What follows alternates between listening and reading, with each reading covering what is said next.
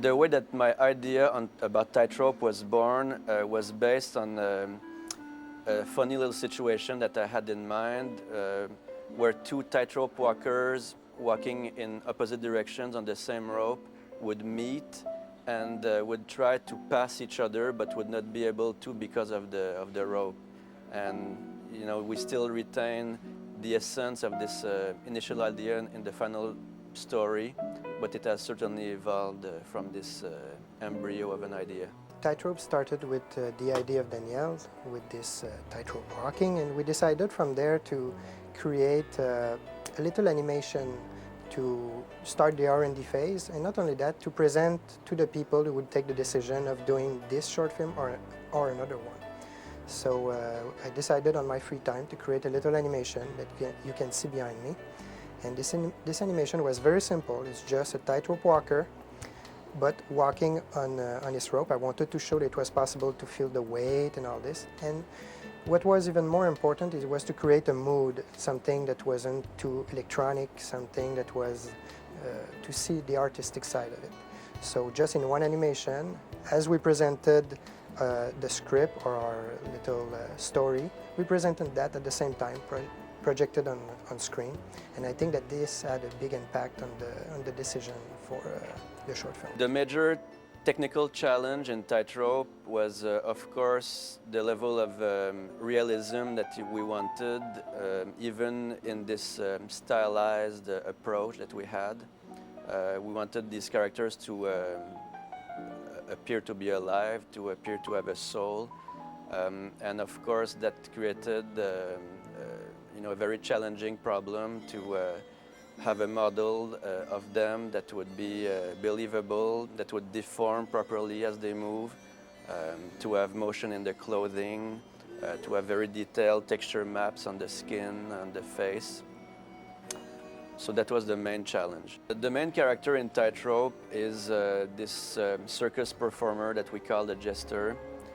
He's a very joyous, outgoing, gregarious character.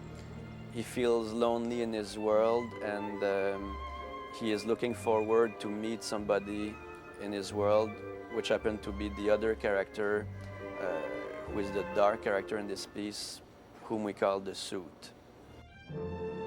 We divided basically the work in two, because there was one lead animator or one animation supervisor for the jester and one for the suit. And we decided to do it this way for a simple reason that the two characters have really a different attitude, and we needed to maintain this through all the project.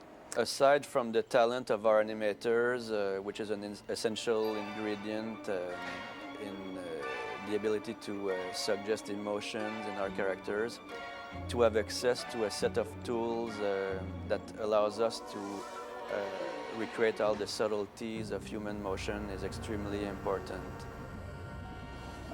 Our decision to do the production in Softimage was basically clear. It's the obviously best character animation software. It has all the tools we need to set up a character, to move a character, to control and manage the timing of a character. We have all the tools. We can make a very, very complex setup, what we in fact did, and have very, very simple controls to control this complex setup. It's a very deep software in this matter. For the body animation, during the R&D phase, we decided to create boxes that would basically control the character. And these boxes were very obvious to any animators. That was the only thing you could select in the scene. So if you select the hand, it was very simple. And we made sure that we had the widest range of motion that you could achieve with these boxes. So we have a lot of control on the character. I think that the Softimage 3D user interface is extremely transparent and interactive. It's extremely intuitive in its design as well, and it allows the animator to focus on the artistic portion of the work rather than the technical portion of the work.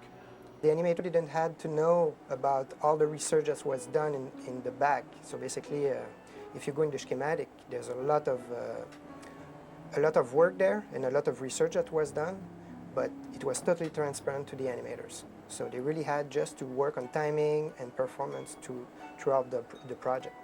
The scenes where we make the best use of our facial animation systems are, of course, the close-ups of the face of our characters.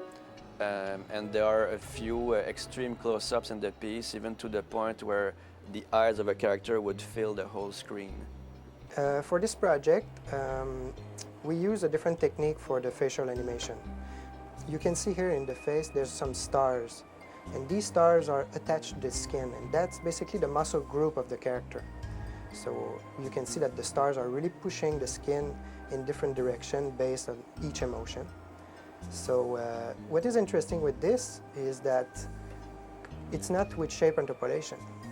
It's basically skin on the face, and what happened is all these stars are driven by little controls that I have right here. And they're moving in translation, and if you look right here, I can zoom in the skin, and you can see that this star has really 3 nulls, and each null are attached to different control. So by moving all the controls, you really achieve the different trajectory of the muscles. So that's why it was. We use this technique because we really had an infinite amount of shape that we could achieve with this setup. And it was very simple. I mean, you open the scene and you have just to rotate the control. So it's not you don't need a course or anything like that. It was very simple to use. For the ropes, what we use basically, it's a constraint system. So you can see here that when the character walk, you can see that really there's numbers following the feet. So that was basically the point for the weight. So each constraint we're following each feet. So like this, we could transfer the weight on the rope. We could change the up and down of the rope depending of the action, on the motion of the main character or the other character. We could transfer the motion to the other character and offset it in time. It was very easy for the animators, once again, to animate the rope without having to know anything very complicated or mathematical function. It was very interactive. We used the volumetric light mostly in the middle of the piece, which we called the second act, when the piece starts taking the mood of a circus performance.